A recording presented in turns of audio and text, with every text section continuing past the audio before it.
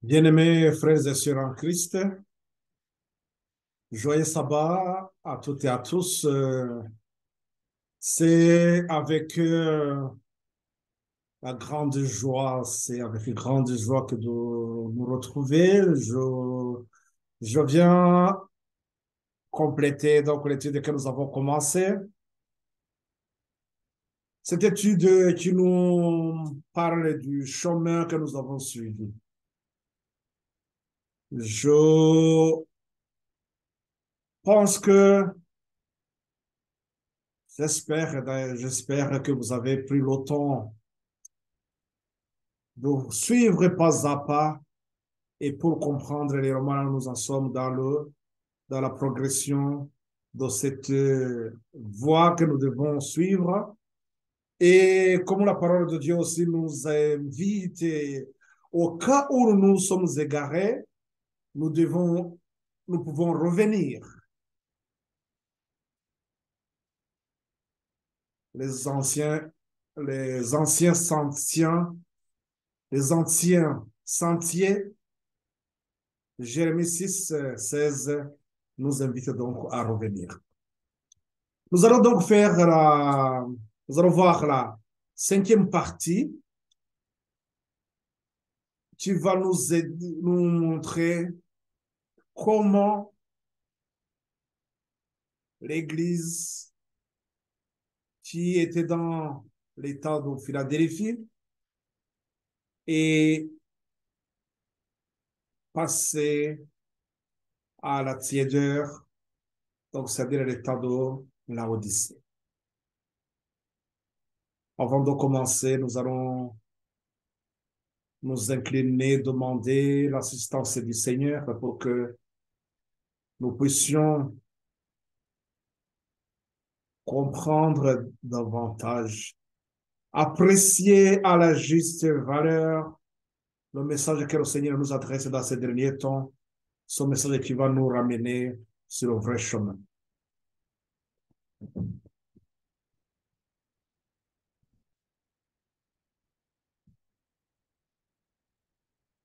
Béni soit ton nom, Père éternel. Nous te sommes infiniment reconnaissants, Seigneur, de ce temps que tu nous accordes, la façon, Seigneur, dont tu nous conduis. Père, veuille nous conduire dans ta sainteté. Nous voulons, Père, te dire merci de tout ce que tu pourvois pour notre bien-être, pour notre sanctification. Je remets dans tes mains, Seigneur, ces âmes qui sont même dans les coins les plus reculés de ce monde, qui suivent ces études, ceux qui sont avec moi maintenant, Seigneur, et d'autres qui suivront plus tard, qu'ils soient bénis par toi, Père. Merci de nous nourrir selon nos besoins. Merci, Seigneur, de nous affermir dans ta parole. Honneur pour la gloire de notre Seigneur Jésus-Christ, protection, Père. Amen.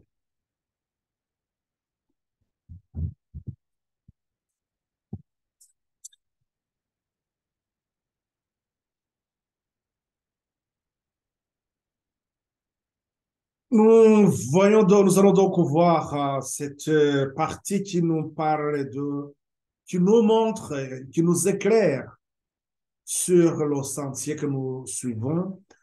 Comme je le disais dans l'introduction, la façon dont l'Église qui était dans la lumière, qu'est-ce qui s'est-il passé pour que l'Église tombe dans cette situation de tiédeur?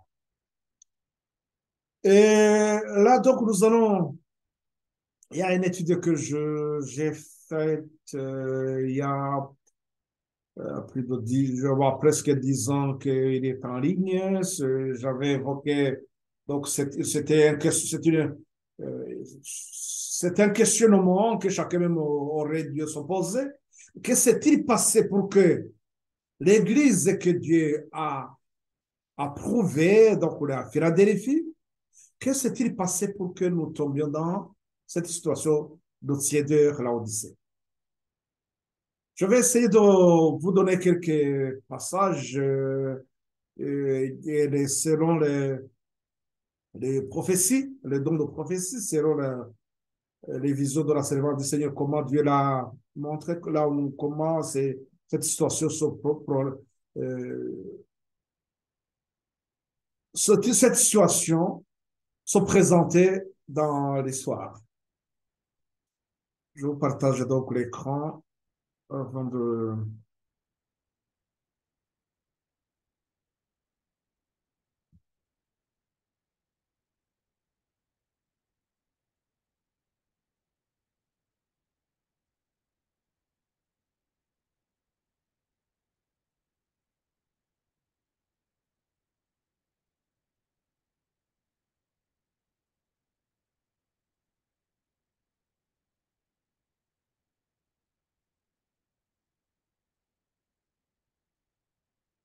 Euh,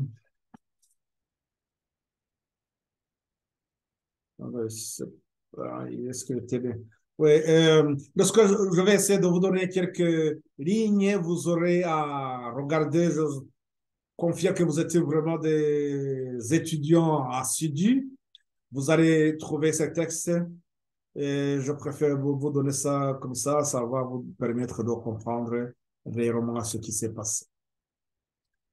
Qu'est-ce que donc nous avons, je vous rappelle d'abord cette histoire, comment là où nous nous sommes arrêtés la fois passée, je vous partage l'écran.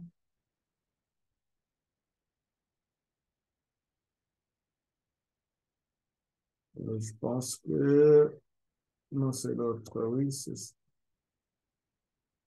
non, c'est pas ça. Non, c'est pas le bon.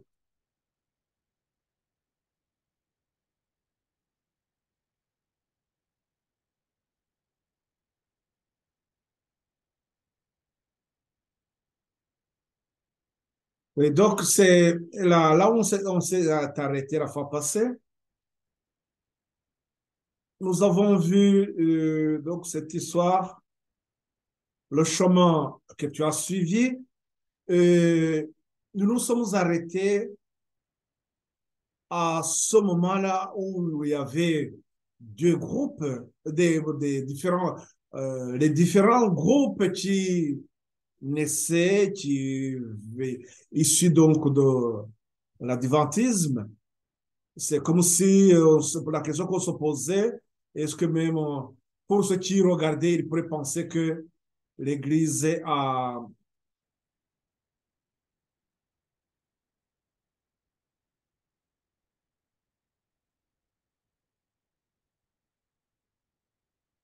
vous m'excusez un peu là, il faut que je revienne sur l'image. Ouais. OK. Donc, on s'était arrêté sur cette partie qui nous montre, ça c'est notre image, c'est dans l'itinérant, là c'est en français, il est où? Une seconde. C'est pas ça, c'est pas celui-là.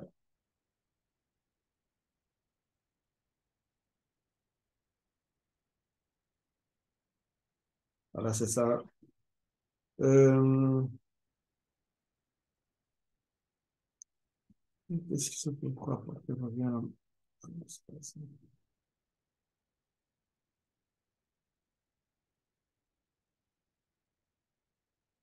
Ah, vous m'excusez, il y a un souci de fichier. OK, ben là, c'est bon. Je crois que c'est ça. Maintenant que voilà. Non, c'est pas ça. Ça revient sur.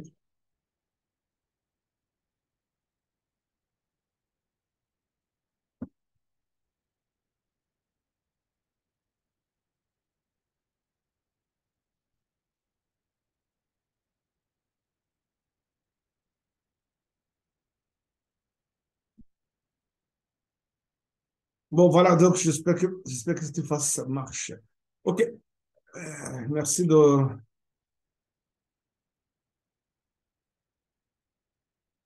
patienté.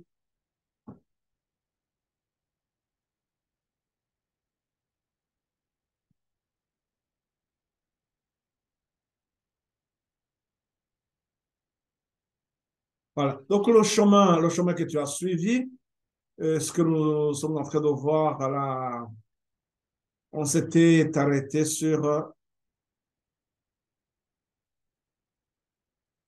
ce groupe, ces groupes qui ont reçu le message des trois anges, qui ont eu la lumière sur le sabbat, et, et on a vu que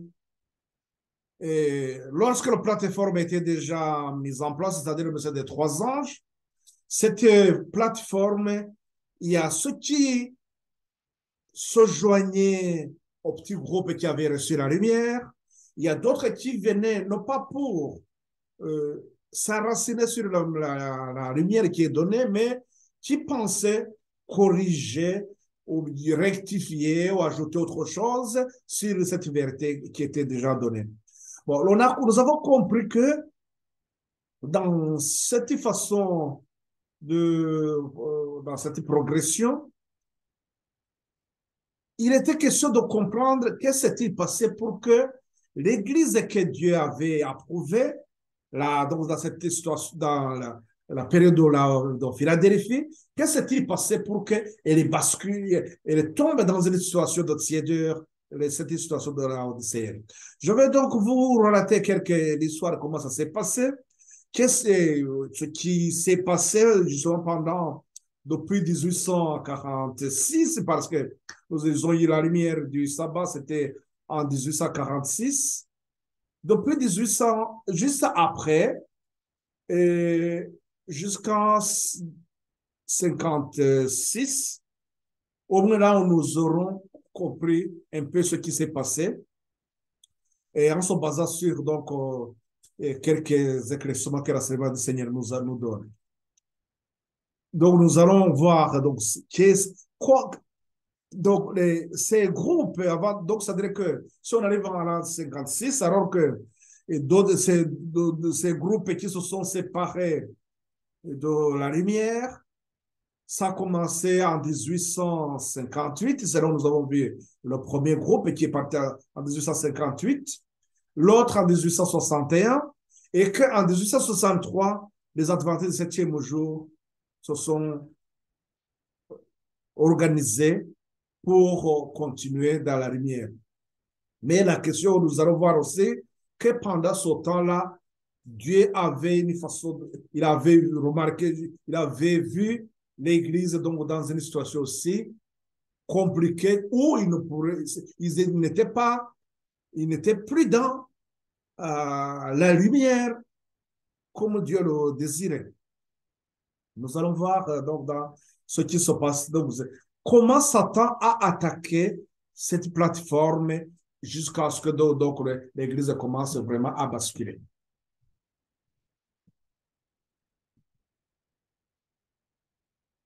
Nous allons essayer de voir donc cette partie-là. Et ce qui s'est passé en 1800,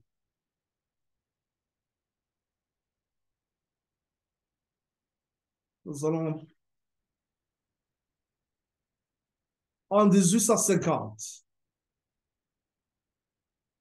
en date du 26 janvier 1850, donc le Seigneur, la Seigneur du Seigneur nous dit aussi, nous avons ça dans premiers écrits à la page 48. Il dit ceci, chers frères, le 26 janvier 1850, le Seigneur m'a donné une vision que je vais vous relater. J'ai vu que certains enfants de Dieu sont inconséquents et endormis ou seulement à demi éveillés. Ils ne comprennent pas l'importance du temps où nous vivons, que l'homme chargé du balai est arrivé et que quelques-uns risquent d'être balayés. C'est en quelle année ça? En 1850. Premiers écrits à la page 48. Le 26 janvier 1850, il voit que il risque d'être balayé. Parce que qu'est-ce qui se passe? C'est ils commençaient à avoir euh, le doute du message même qu'ils portaient. C'est donc ça, ils vont commencer à avoir des doutes sur le message des trois anges. Satan, donc, les attaques sur ce point, c'est là où il dit qu'ils sont inconséquents, endormis ou à moitié éveillés. Nous rappelons-nous que dans Témoignage volume 3, chapitre 54, nous avons une mission.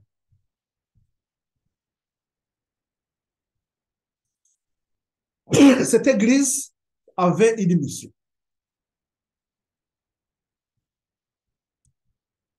Témoignage volume 3, chapitre 54, appelé à être témoin.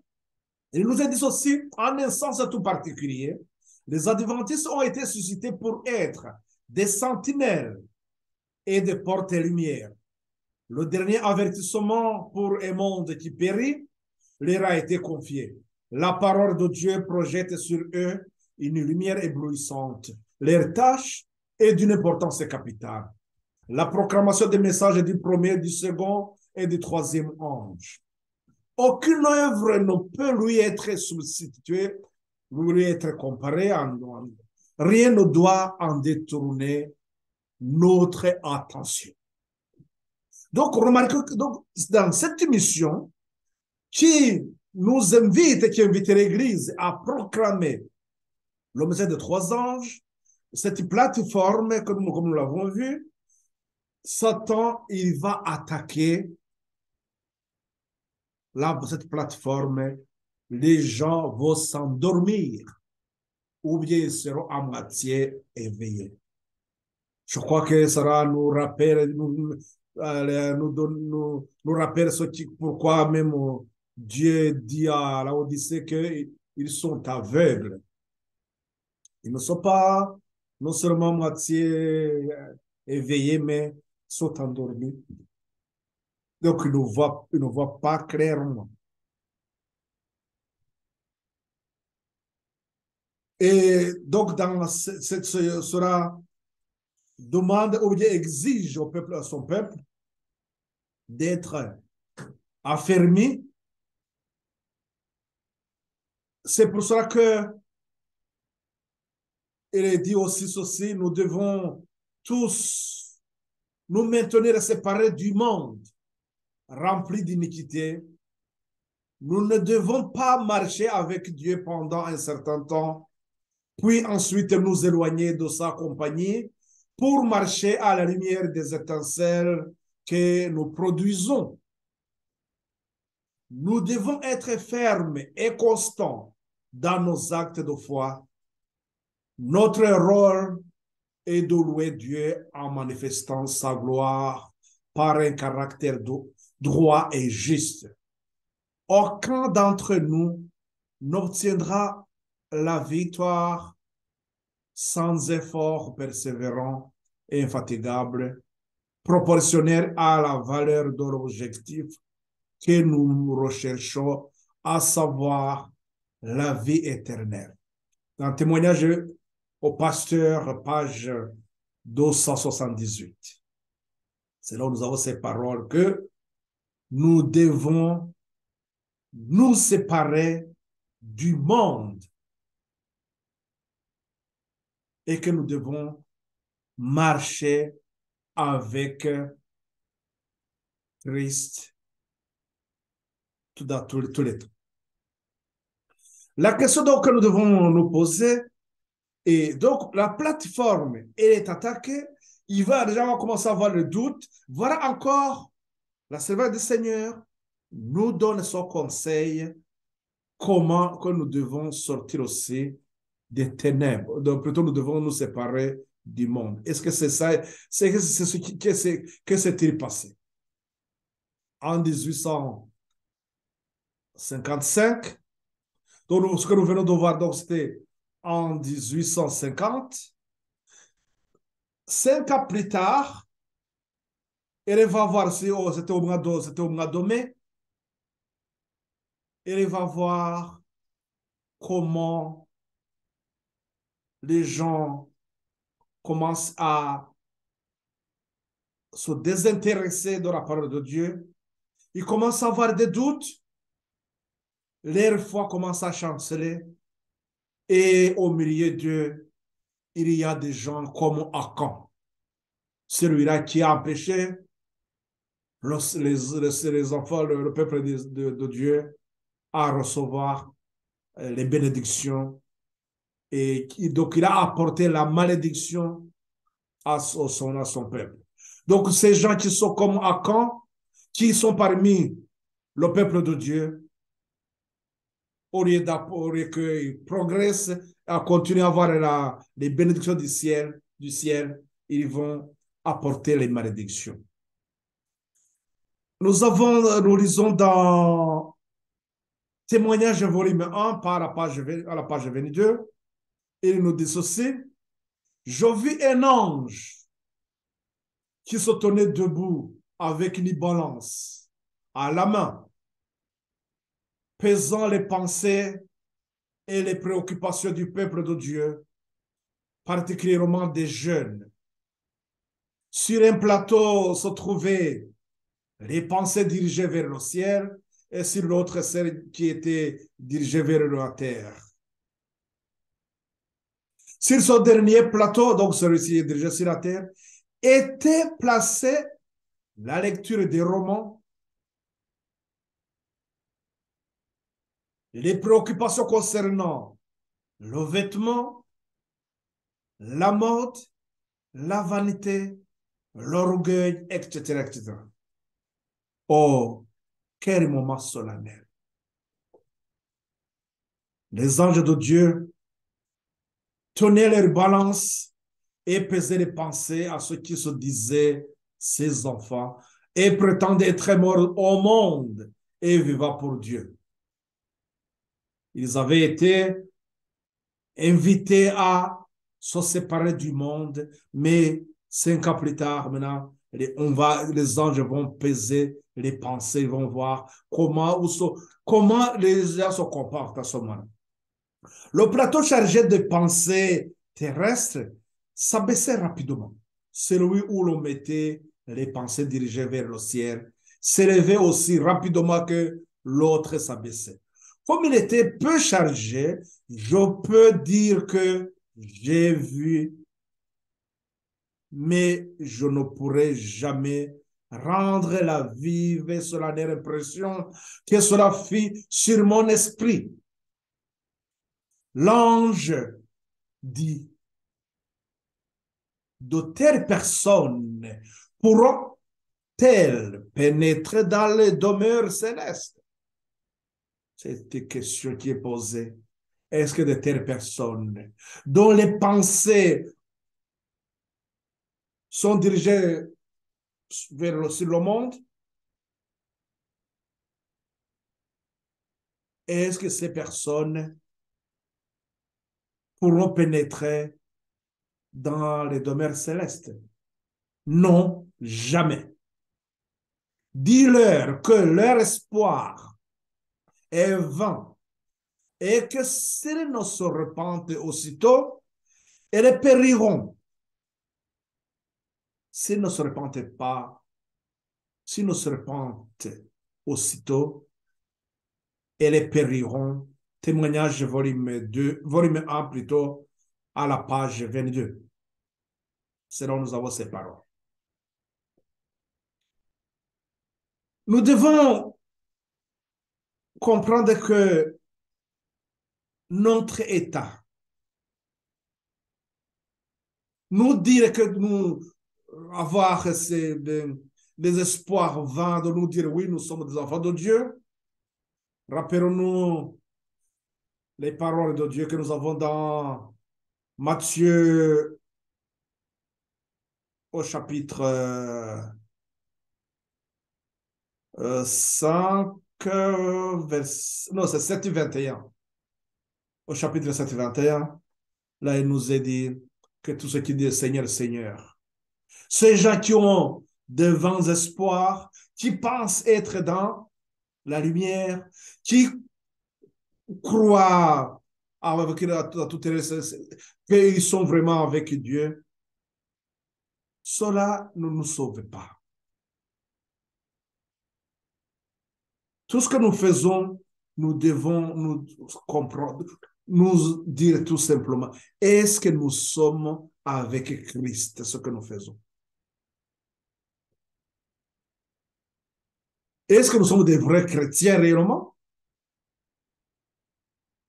Donc c'est ça, il dit, question que nous devrons nous poser.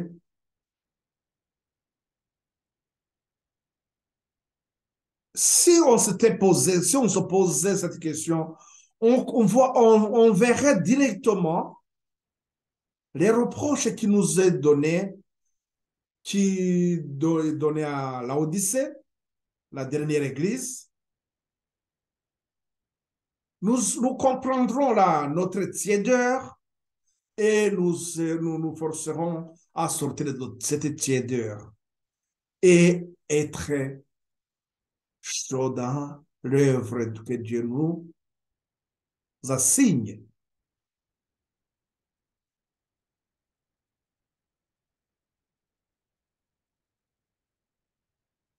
Donc, voilà qu'en 1855, dans cette situation,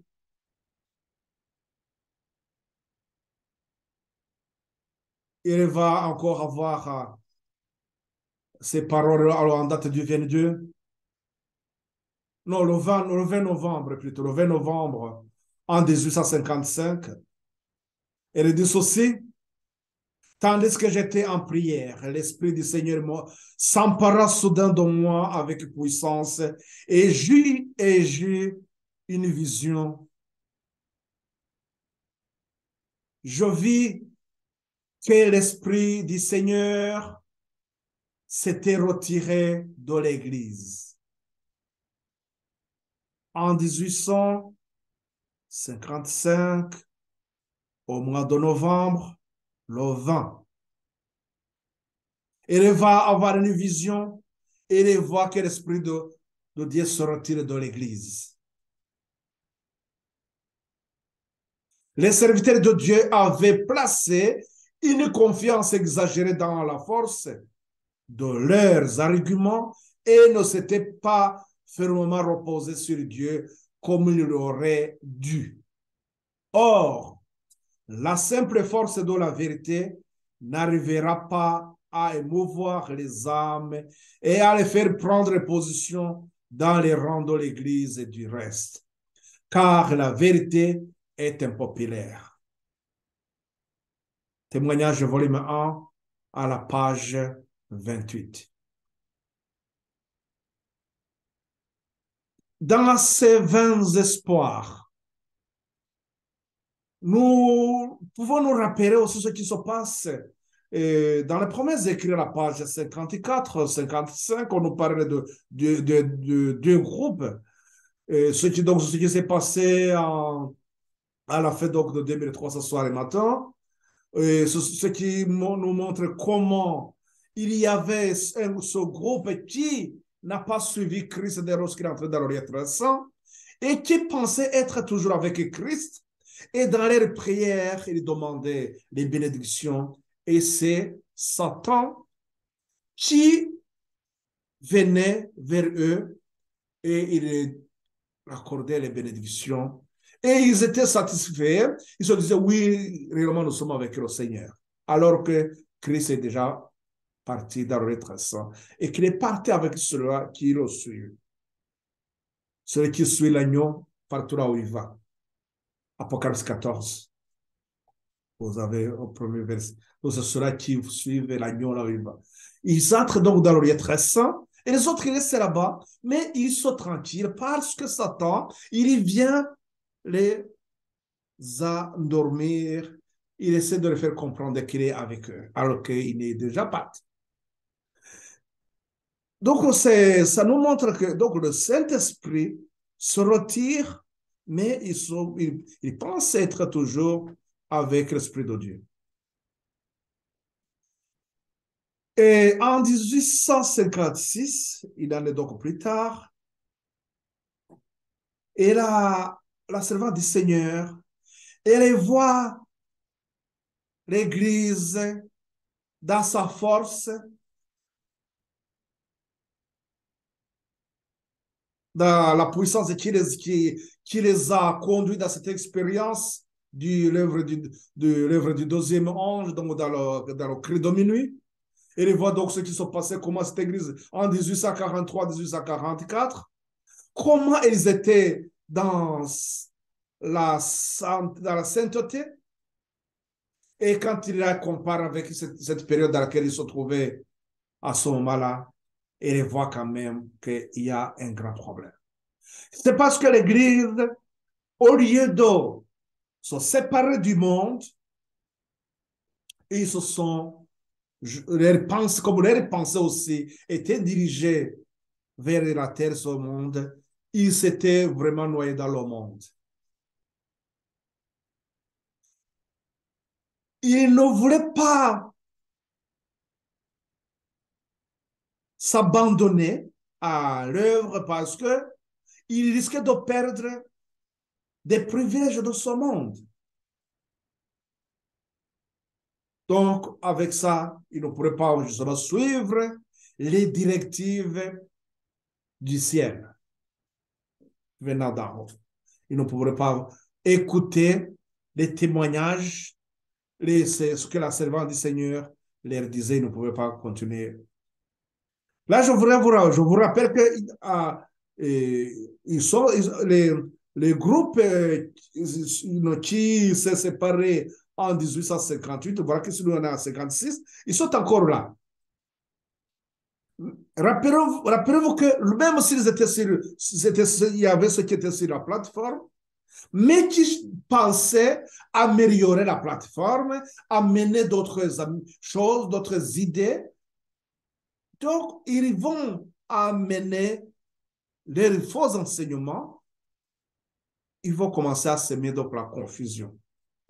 Voilà dans quelle situation se trouvait l'Église à ce moment-là, avant que justement, en 1858, il y a ce groupe qui va se manifester, après, s'il se sépare, l'autre en 61 aussi, et que la servante du Seigneur dit non, il faut qu'on se sépare quand même de ces groupes, que nous ayons une autre organisation à nous. Mais donc, ce que nous pouvons comprendre par là, est-ce qu'à ce moment-là, à l'an 56, avant qu'il y ait ce groupe, donc, l'église des Adventistes du 7e jour, ça va être ceux-là qui vont marcher dans la lumière, mais à ce moment-là aussi, regardez comment que la faiblesse avait déjà été manifestée. Donc, nous allons nous arrêter ici. Je ne vais pas continuer à aller beaucoup plus loin. Seulement ce que nous voyons donc, cet état de tiédeur, ce déclin spirituel qui amène l'Église vers donc l'apostasie. Donc, après, nous verrons la prochaine fois comment l'Église, dans cette situation, elle est partie, elle est arrivée beaucoup plus loin et elle est tombée dans cette situation, donc la Odysséenne, où elle a besoin d'être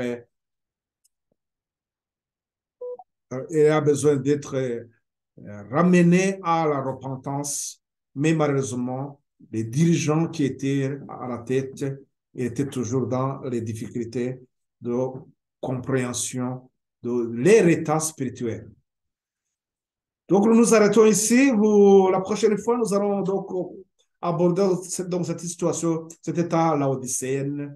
Nous verrons ce qui s'est passé, comment, depuis ce temps, comment l'Église a basculé vraiment dans la tiédeur, dans les ténèbres spirituelles, au point où actuellement, ils ne savent même pas là où ils sont actuellement. Donc, l'appel à la repentance. Et nous verrons bien sûr comment le triple message a été abandonné, a été rejeté. Alors que, comme nous l'avons vu, Témoignage volume 3. Témoignage volume 3.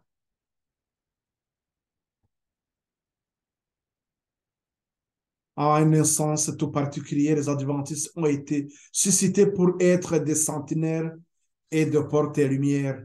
Le dernier avertissement pour un monde qui périt leur a été confié. La parole de Dieu projette sur eux une lumière éblouissante. Leur tâche est d'une importance capitale. La proclamation des messages du premier, du second et du troisième ange. Aucune œuvre ne peut lui être comparée. Rien ne doit en détourner notre attention.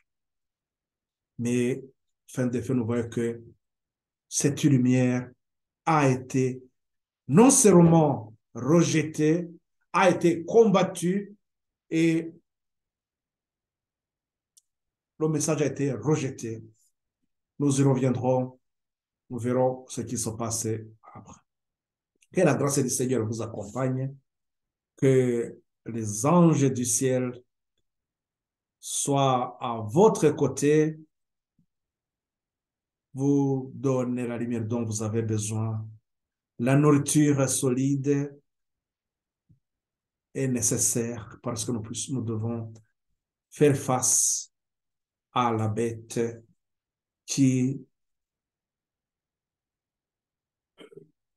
coalise ses forces avec le monde pour asservir sur le peuple de Dieu. Soyons donc affermis dans les connaissances et l'Esprit de Dieu aussi viendra vous accompagner. Que la grâce du Seigneur vous accompagne en toutes choses. Nous allons prier, nous allons remercier donc, notre Seigneur de ce temps que nous venons de passer.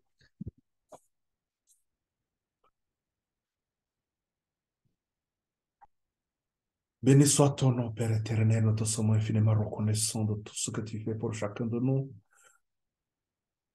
Merci, Seigneur, de ces âmes qui sont même dans les coins, même les plus reculés de ce monde, qui suivent ces études. Je remets dans tes mains, oh Seigneur, ces frères et sœurs qui étaient avec moi dans cette étude. Qu'ils soient bénis par toi, Père.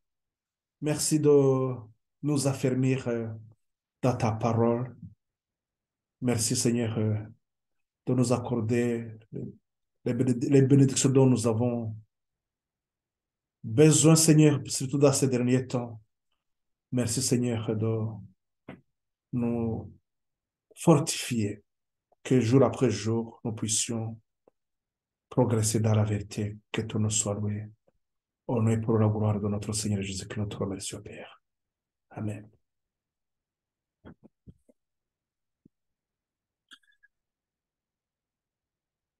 Bon, à la prochaine occasion, vous qui me suivez sur Facebook, et donc je vais vous partager l'écran comme d'habitude. Donc les textes, je pense que comme je vous ai donné euh, quelques témoignages, donc vous